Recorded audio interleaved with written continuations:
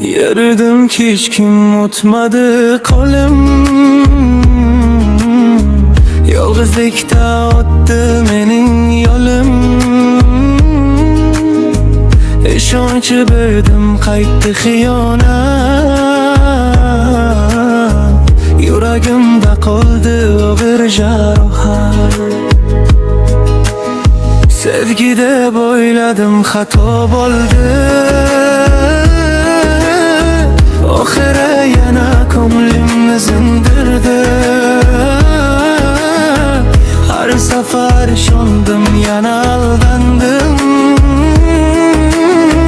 Shu sabab bugun o'zimni yo'qotdim.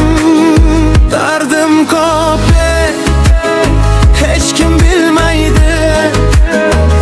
Yuragimni hech kim tuzatmaydi.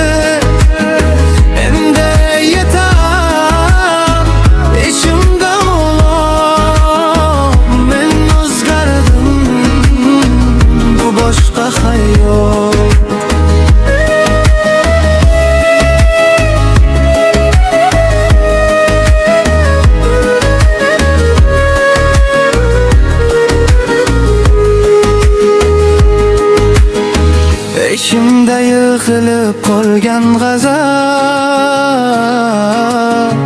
Dabi endi jim emasman, gaplarim manib. Kim meni sindirdi eslab qolaman.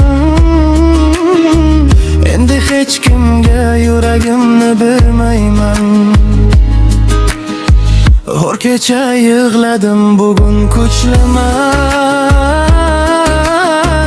Cheklardimni ko'chga aylantirganman. Kim kulgan bo'lsa ko'radi xohlab.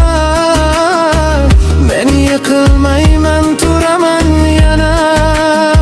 Sevgi ketdi, dard qoldi, azab keldi, men o'zgardim.